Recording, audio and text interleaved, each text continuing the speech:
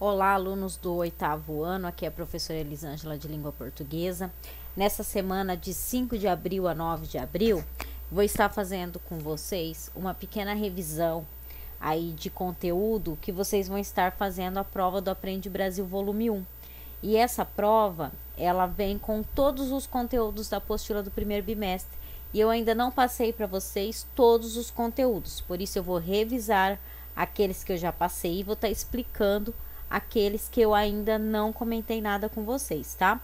Fiz aqui um resumo desses conteúdos para ficar fácil para vocês realizarem essa prova.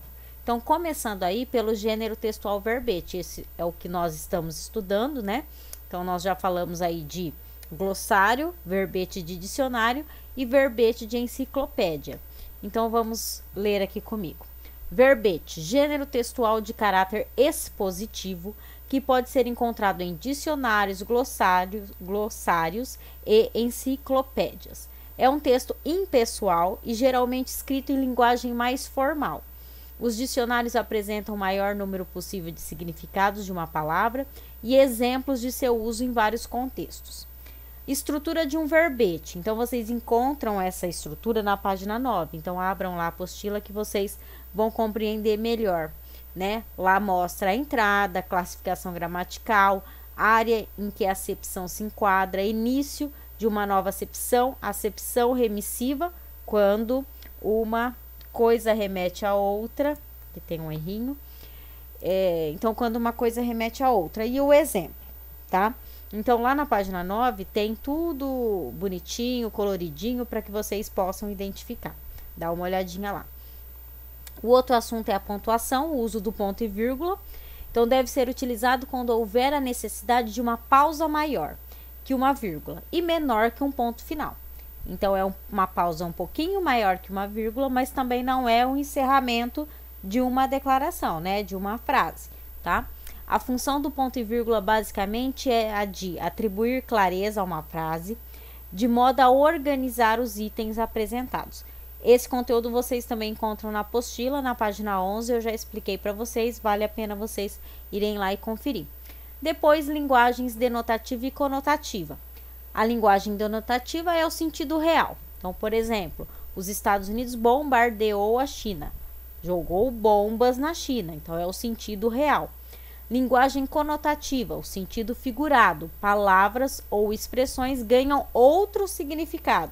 Exemplo, o grupo do 8º ano estavam me bombardeando com mensagens. Esse bombardeando não é de jogar bombas, é de enviar muitas mensagens, tá? Então, aí tem o sentido real e o sentido figurado. Depois, vem outro gênero textual que vocês ainda não estudaram, que são os artigos de opinião. É um texto dissertativo argumentativo, em que o autor expõe um tema e seu ponto de vista a respeito dele. Então, ele disserta, né? Ele escreve e ele argumenta a respeito do ponto de vista que ele tem sobre aquele assunto. Característica do texto jornalístico com o objetivo de informar e persuadir o leitor sobre o tema abordado. Então, ele informa sobre o tema e ele também tenta ali convencer o leitor dos seus argumentos. Logo, a argumentação é o principal recurso de linguagem utilizado. E tem também o gênero textual tirinha. É uma forma do autor apresentar a visão de mundo, a sua visão de mundo, tá? Isto é, em que ele acredita, de que forma percebe a sociedade que o cerca, ou o seu posicionamento a respeito de determinado assunto. Apresenta não só um posicionamento, mas também faz uma crítica. Então, vocês percebem aí que tanto o artigo de opinião quanto a tirinha fazem um posicionamento a respeito de um tema, tá? Eles se posicionam, eles argumentam, eles colocam a sua posição a respeito daquele tema, tá? A tirinha, ela vai além, ela até faz uma crítica, tá? Então, e ela tem como característica o quê? O humor. Através do humor, ela pega um tema polêmico e faz uma crítica. Então, eles têm em comum aí essa questão de se posicionar a respeito de algo, né? E a tirinha ainda traz o humor como uma característica a mais, tá bom? E depois vem os adjetivos. Os adjetivos são aquelas palavrinhas que atribuem características aos nomes, revelando qualidade, estado, modo de ser ou aspecto do substantivo. Aí eu coloquei um exemplo. Cavalo veloz. Então, veloz é o adjetivo. Ele dá uma característica, ele atribui uma qualidade para esse cavalo. Ovelha esperta, mesma coisa.